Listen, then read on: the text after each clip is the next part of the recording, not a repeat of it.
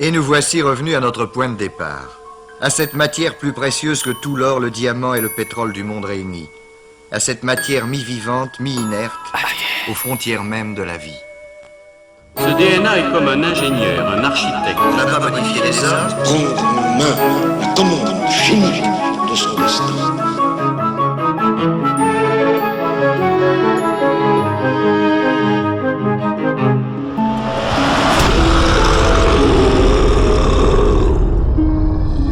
Que nous réserve l'avenir?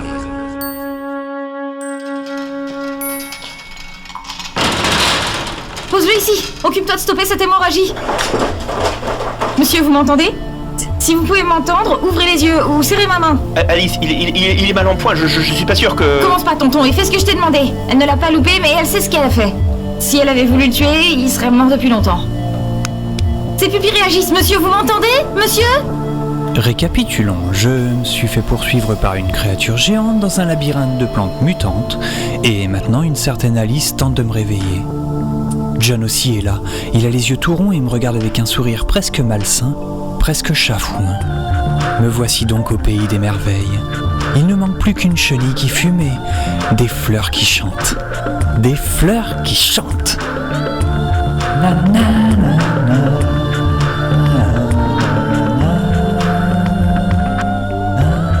Je rêve ou il est en train de chanter? Alice, je suis sûr de ce que je t'ai dit, c'est lui, il est revenu, Alice, il est revenu. Peter, je le sais aussi. Tu crois franchement que beaucoup de personnes se baladent avec une biopuce? Laisse-moi juste le temps, d'accord? Peter, deuxième étoile à droite et tout droit jusqu'au matin. Peter, mais pourquoi ce nom me dit-il quelque chose? Réfléchis, Oliver. Pas facile de prendre le contrôle de ses rêves, n'est-ce pas? Dès qu'on essaie de se concentrer sur une idée, c'est comme s'il était déjà trop tard pour s'en souvenir. Je me focalise sur ces voix. Est-ce que je les imagine? Est-ce qu'elles sont réelles? Alice et Peter, ça ne peut être qu'un rêve. Je me laisse donc emporter par mon rêve, comme si j'étais une ombre qui suivait son propriétaire.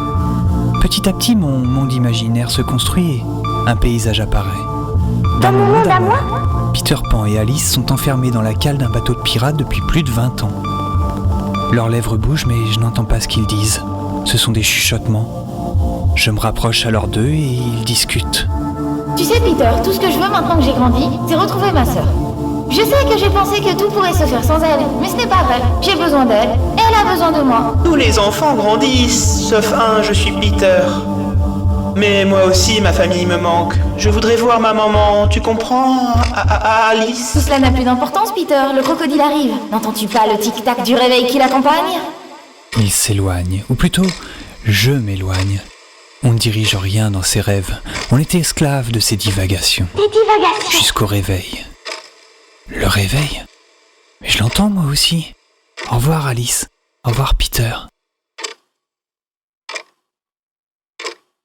Je me réveille enfin. Je suis dans une chambre, mais pas n'importe quelle chambre.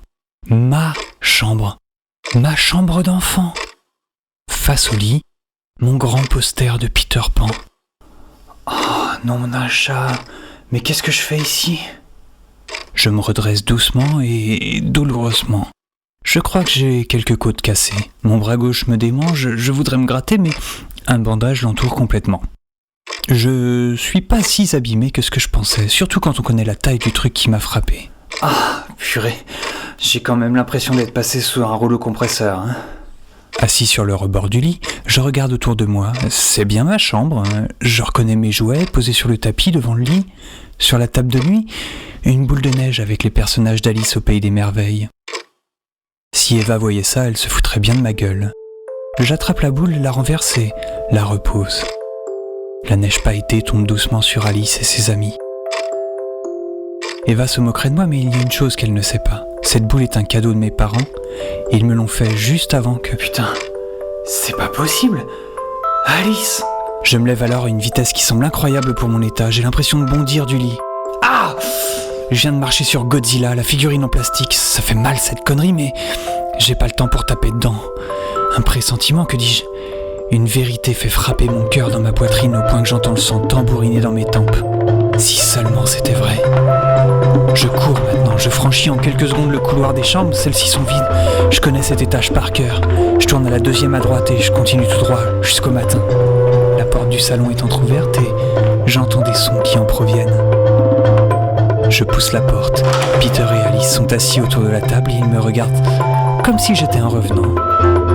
Sans même faire attention à cette superbe référence, je lance d'une voix tremblante et avec une envie de pleurer et de rire en même temps. Alice, je suis ton frère. Je sais, Oliver. Bienvenue à la maison. Oncle Peter, c'est bien toi? Oliver, je t'avais bien dit que c'était lui, Alice, hein, Oliver? Ah. Je savais que tu allais revenir. Assieds-toi, Oliver. Tu dois avoir plein de questions. Presque autant que j'en ai pour toi. À vrai dire, je vais en poser plein, mais il y a une chose qu'il faut que je sache avant. Où est John? T'en fais pas. Regarde là-bas, il va bien, il va bien. Matou, Matou, Matou, Matou. Dans un coin de la pièce, John, allongé sur un gros coussin rouge et autour de sa patte avant, une attelle. Je rêve ou il vient de me sourire? Il a quel âge, ce chat? Pas possible que ce soit même les Biopus reconstruits et télomères, mais c'est possible que cela rallonge l'espérance de vie des Felis sylvestris. Quand bien même, ou bien c'est une autre de ces 9 vies. Ça, c'est rigolo ça. Je regarde Alice qui se lève et dit à oncle Peter. Tout va bien, tonton. Ne t'inquiète pas. Laisse Oliver s'installer et on posera toutes les questions ensuite. D'accord? D'accord. Le thé, prenez le thé, les gâteaux. Oh, je regarde à nouveau Alice, un peu inquiet, mais oncle Peter a des airs de chapelier fou et sans chapeau. Il va bien, grand frère. T'inquiète pas. Elle me prend dans ses bras. La famille est réunie. Assieds-toi. On va fêter ça quand même, hein? Ah bah voilà. Je m'assieds à la table avec Peter et Alice. C'est l'heure du thé. De nombreux gâteaux viennent d'être sortis du four pour l'occasion. J'ai envie de chanter un joyeux non-anniversaire. Mais à y réfléchir, je préfère lever ma tasse et porter un toast. J'espère que vous avez préparé pas mal de thé parce qu'on a 22 ans à rattraper et que j'ai du mal à être concis quand je raconte une histoire.